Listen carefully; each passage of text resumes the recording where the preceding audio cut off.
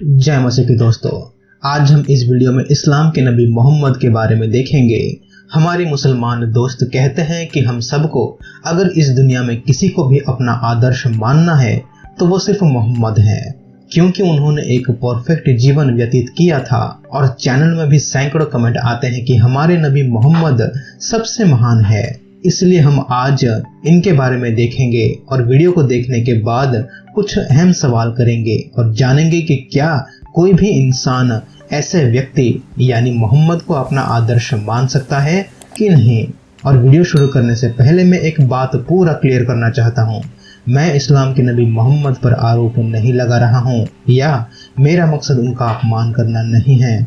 जो आपका सोर्स बताएगा उसी को पढ़ के आपको दिखाऊंगा। चलिए शुरू करते हैं कुरान से। सूरा 67 आयत 1। O prophet, why do you prohibit yourself from what Allah has made lawful for you, seeking the approval of your wives, and Allah is forgiving and merciful। इस आयत में अल्लाह मोहम्मद से कहते हैं कि आप उस कार्य को क्यों मना करते हैं जब मैंने यानी तुम्हारे अल्लाह ने तुम्हारे लिए वैध किया है। क्यों अपने बीवियों की सहमति चाहिए तुम्हें। मैं अल्लाह हूँ, अति क्षमी और दयावान हूँ। अब ये आयत असल में क्या कहता है, किस घटना का वर्णन करता है, उसे समझने के लिए हमें इसके ऐतिहासिक संदर्भ को ढूंढना होगा, जबकि वो सब कुरान में लिखा होना चाहिए अगर कुरान साफ और एक कंप्लीट किताब होती तो। लेकिन क्या करें, कुरान को समझने के लिए हमें हदीसों का सहारा हमेशा लेना ही पड़ता है।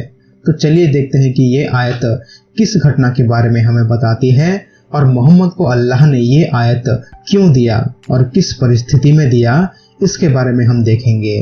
तो पहले एक तफसीर देखते हैं इस आयत के कि असल में ये आयत किस घटना की ओर इशारा करता है और पहले के मुसलमान जो अपने नबी के हरकतों पर शर्मिंदा नहीं होते थे वो इसे कैसे समझते थे और कैसे प्रचार करते थे। ये है तफसीर अल जलालैन और ये गवर्नमेंट ऑफ जॉर्डन का ऑफिशियल वेबसाइट है। तो आप हमें ये ना कहिए कि ये एक मिशनरी वेबसाइट है। तो चलिए पढ़ते हैं इसे।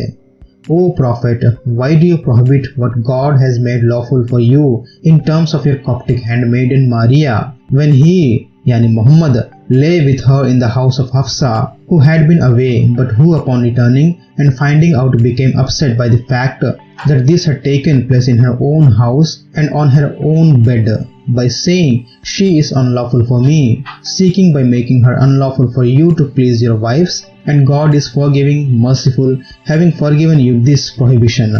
अब हम धीरे धीरे समझने लगे हैं कि सूरा 67 आयत 1 किस घटना की ओर इशारा कर रहा है। मोहम्मद की पत्नी हफ्सा ने मोहम्मद को रंगे हाथों पकड़ा जब मोहम्मद हफ्सा के बिस्तर में ही किसी और स्त्री के साथ सहवास कर रहे थे। मोहम्मद ने इस औरत से शादी की थी या नहीं, यहाँ साफ तरीके से नहीं लिखा गया है।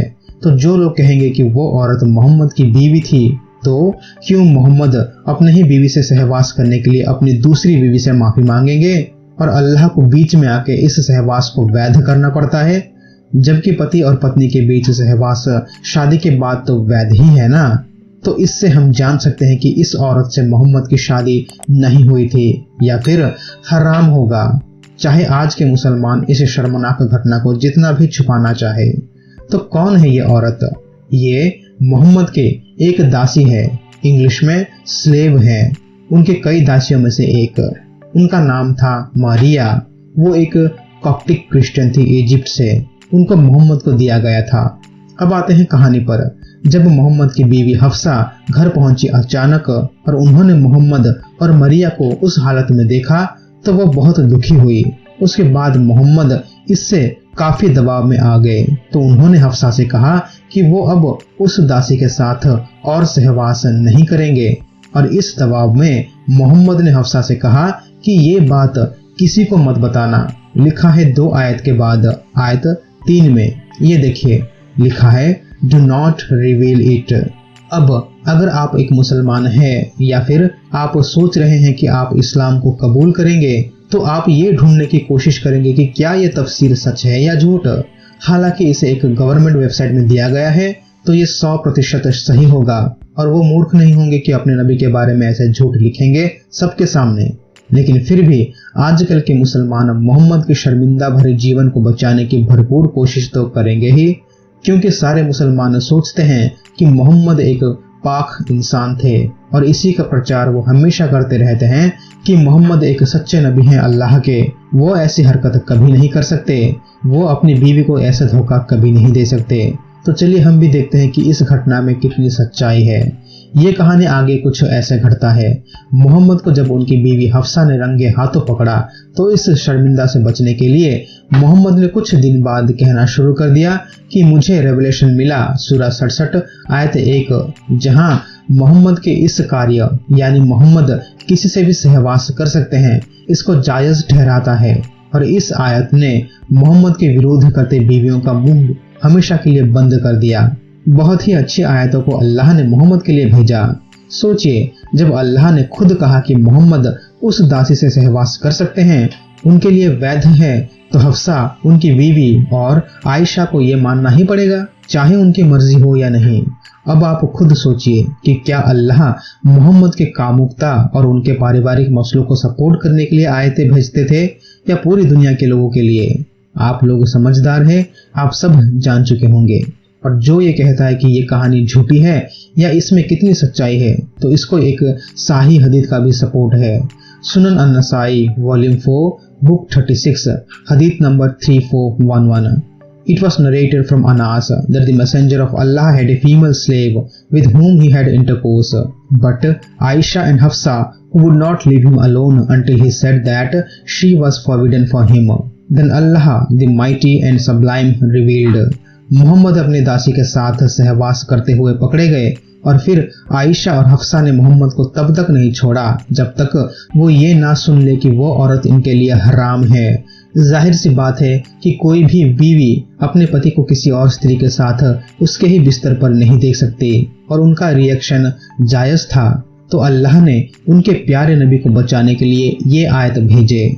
O Prophet, why do you forbid for yourself that which Allah has allowed to you until the end of the verse? यहाँ पर लिखा है कि अल्लाह revealed a verse। कौन सा वर्स? क्लिक करते हैं इसे। ये है सूरा 67 आयत 1। देखा आपने? अब आप क्लियर होंगे कि मैंने इसे अपने मन से नहीं बनाया या ये सारे सोर्सेस मेरे नहीं हैं। ये ऑनलाइन में मौजूद है, किसी को भी चेक करना है या हमें गाली देना है, असल में आप हमें नहीं अपने ही मुसलमानों को दे रहे हैं। और ये सभी बहुत ही बड़े और रेप्यूटेड मुसलमान हैं। इन पर आप शौक से दोष लगाइए। गुस्सा होना है तो आप मुझ पर नहीं, अपने मुसलमानों भाइयों पर गुस्सा हो सकते हैं। और इस घटना ने सचमुच मोहम्मद के रेपुटेशन पर बड़ा धब्बा लग चुका है। और सिर्फ इतना ही नहीं, जब आप इस सूरा के आयत 3 से 6 तक पढ़ेंगे, आप जानेंगे कि कुरान के अल्लाह कैसे मोहम्मद की बीवियां आयशा और हफ्सा की आलोचना करते हैं कि उन्होंने कैसे मोहम्मद की निंदा की जब मोहम्मद ने मरिया के साथ सहवास किया। यानी मोहम्मद गलती करे और फिर अल्लाह आयतें भेजकर मोहम्मद को बचाए और उल्टा उनकी बीवियों को गलत ठहराए। कितने दयावान है इस्लाम के अल्लाह। खैर छोड़िए, अब ये रहा कुछ सवाल सभी से, इसे ध्यान से सुनिए और सोचिए। पहला सवाल, क्यों मोहम्मद ने थोड़ी देर इंतजार नहीं किया अपनी बीवी का कि जब वो आए तो उसके साथ सहवास करे? मोहम्मद को इतनी क्या जल्दी थी सहवास करने में कि उन्हें उनके ही एक दासी से अपनी शारीरिक इच्छाओं को पूरा करना पड़ा? दूसरा सवाल, क्या आप सोचते हैं कि ये ठीक हुआ कि मोहम्मद ने एक दासी के साथ सहवास किया और वो भी हफ्सा के बिस्तर पर उससे छुपकर? और अगर आपको जानना है कि इस कार्य से हफ्सा को कितना बुरा लगा, तो आप इसे पढ़ सकते हैं history of al-Tabari volume 9 page 131। Page के फुटनोट्स में ये लिखा है, One day when she returns from her father's house, she found the messenger of God, यानी Mohammad, with Maria in her house and burst into hysterical behavior. Hafsa जब अपने अबू के घर से आई तो उन्होंने मोहम्मद और मरिया को अपने बिस्तर पर बड़े ही असहज अवस्था में देखा। तीसरा सवाल, अगर हफ्सा उस वक्त मोहम्मद के लिए रेडी नहीं थी किसी भी कारण से, तो मोहम्मद अपने कामुकता को अपनी किसी भी दूसरी बीवियों के साथ सहवास करके पूरा कर सकते थे। उनके तो कई बीवियां थी और ये याद रखिए कि ये मक्कन सूरा है, मदीना में दिया गया सूरा नहीं। और उस वक्त मोहम्मद के पास पहले से ही बहुत सी बीवियां थी जब उन्होंने मरिया को दासी के रूप में लिया था। और हम सब जानते हैं कि मोहम्मद अपने बीवियों के पास बारी बारी जाते थे जब उनका मन होता था, तो तो क्यों मोहम्मद अपने किसी भी एक बीवी के पास नहीं गए?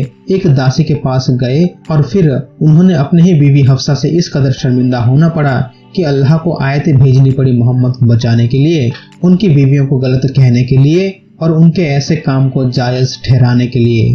और मोहम्मद इतना शर्मिंदा हो चुके थे कि उन्हें अपने बीवियों से माफी तक मांगनी पड़ी थी और उनसे कहा कि इसके बारे में किसी को पता नहीं चलना चाहिए। जैसे मैंने कहा था, आप सभी लोग बहुत समझदार हैं, खुद पढ़ के समझ लीजिए। तो इस घटना में हमें पता चलता है कि मोहम्मद अपने निजी जीवन में कैसे थे। अगर आपको उनके ऐसे चरित्र पर नाज होता है तो वो आपकी मर्जी, लेकिन मेरे लिए पर्सनली ये बिल्कुल भी ठीक नहीं है। हम जानते हैं कि नबी भी इंसान होते हैं और उनसे भी गलती होती है, लेकिन उनकी गलती को छुपाने के लिए और उसे जायज ठहराने के लिए बाइबल में यहोवा ने कभी अलाउ नहीं किया। यहोवा का न्याय जस्ट है, वो न्यायी है, सजा सबको मिलती है, चाहे वो नबी हो या आम इंसान। लेकिन हम देखते हैं कि इस्लाम में ऐसा नहीं है। यहाँ पर अल्लाह अपने नबी को बचाने के लिए ऐसे ऐसे आयतें भेजते हैं। मेरा काम था बताना, आपका काम है चुनना। मिलते हैं अगले वीडियो में, तब तक के लिए प्रभु यीशु मसीह आप सभी को आशीष करे। आमीन।